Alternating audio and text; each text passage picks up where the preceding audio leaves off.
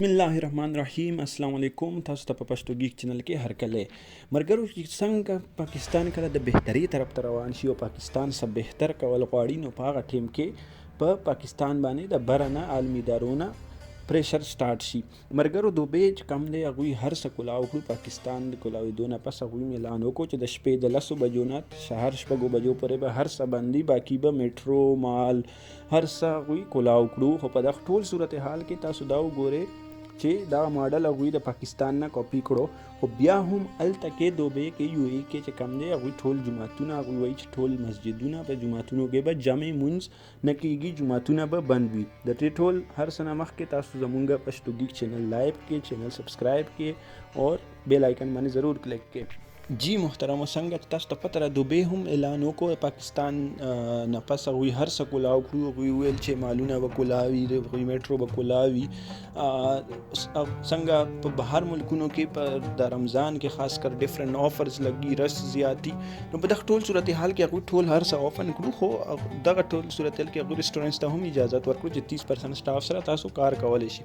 خو دغه ټیم کې خو سوشل ډسټنس هغه چې کم ختم شو، کرونا وایرس وایي سوشل ډسټنس نه پیلاویږي. په دغه ټول صورتحال کې هغوی هر څه اوپن کړو، خو هغوی ویل چې جوماتونه به بند دي. آیا د جوماتونو ته صرف وایرس هلته نه پیلاویږي؟ څنګه پاکستان مرګرو اعلان وکړو چې مونږ به تاجرانو ته ځان سره به مخکې بوځو او مونږ ډیفرنٹ انډسټري به اوپن کوو. نو په دغه ټیم کې تاسو وګورئ چې د WHO طرف نه پاکستان ته یو حکم رالو، یو نوټیفیکیشن ورته رالو. هغوی ویل چې که پاکستان احتیاط ونه کړو نو په روان وخت کې 25 مئی پورې تقریبا 2.5 لکونه والا 3 رکو پورې کرونا وایرس کیسونه راتلی شي. دینه مخکې دوی ویلي وو چې 25 اپریل پورې به د پاکستان چې کوم دی 25,000 مطلب 25,000 پورې کرونا وایرس کیسونه راشي، خو هغه ټول دروغ ووتو. او تر اوسه پورې پاکستان کې تقریبا 10 نه والا 12-13 پورې کیسونه پاکستان کې رپورټ شوي دي. په دغه ټول صورتحال کې تاسو وګورئ چې برلین کې جوماتونه کولاو شو، اټلی کولاوېدو والا ده، ډنمارک کولاوېدو والا ده، انډیا خپلې 15 انډسټرۍ کولاو کړې. خو که پاکستان جوماتونه کولاو کړو، هغوی اعلان وکړو چې مونږ به ډیفرنٹ انډسټرۍ را روان وخت کې کولاو، مونږ به خپل تاجر چې کم بای دي هغوی به مونږ مخکې ځان سره روانو. نو په دغه ټیم کې پاکستان باندې پریشر سٹارټ شي د بهر ملکونو نه، انټرنیشنل ادارو نه، WHO نه، چې یاره تاسو په 2.5 لکه 3 لکه کیسونه راشي. که دا 2.5 لکه 3 لکه کیسونه هم راشي پاکستان ته، نو د دې بیماری کې د 99.99% چانسز دي چې واپس په انسان ریکور شي. خو دغه WHO چې کم ته ټرمپ خپل فند بند کړو او ټرمپ ورته ویلو چې زه د WHO اړو منم نه، هغه پاکستان ته وایي چې داسې وکولای تاسو د دلته کې چې کم غریب خلک دي هغوی ته تاسو راشن را لېږئ کور ته، هغوی ته تاسو فنډینګ ورکوئ، هغه خو به د ولږې نه مړه شي. دغه بیماری نه خو واپس د راتلو د ریکور کېدو الله به بچ کړي، خو د ولږې نه خو تاسو انسان نشي بچ کولی.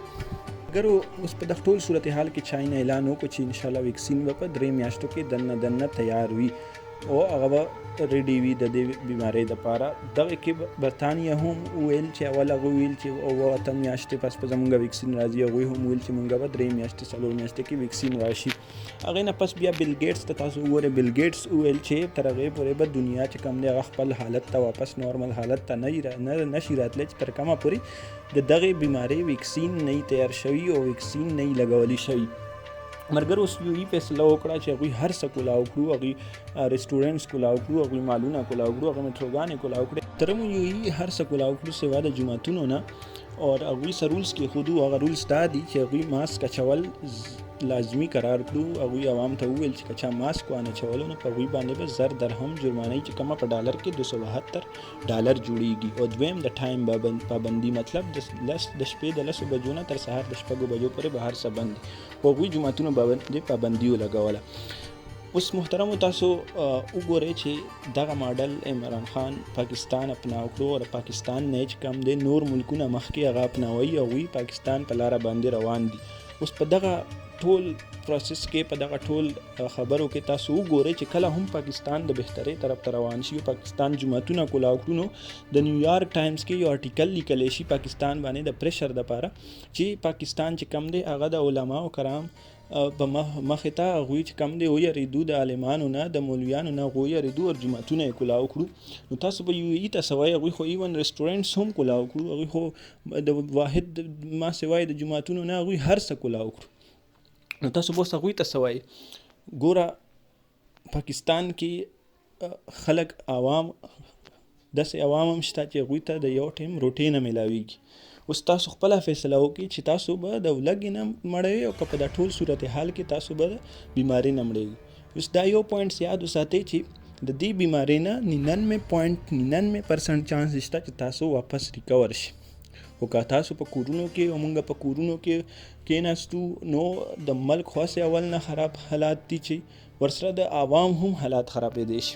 نو اوس موږ ته به صحیح د خپل حفاظتي تدابیر به موږ اپناوو، خپل خیال به پوره ساتو او انشاءالله الله تعالی به هم د دې بیمارۍ نه بچ کوي. هم مزید دلچسپ ویډیوز دپاره تاسو زموږ پښتو ګیک چینل سبسکرایب کې، ویډیو لایک کې اور شیئر کې.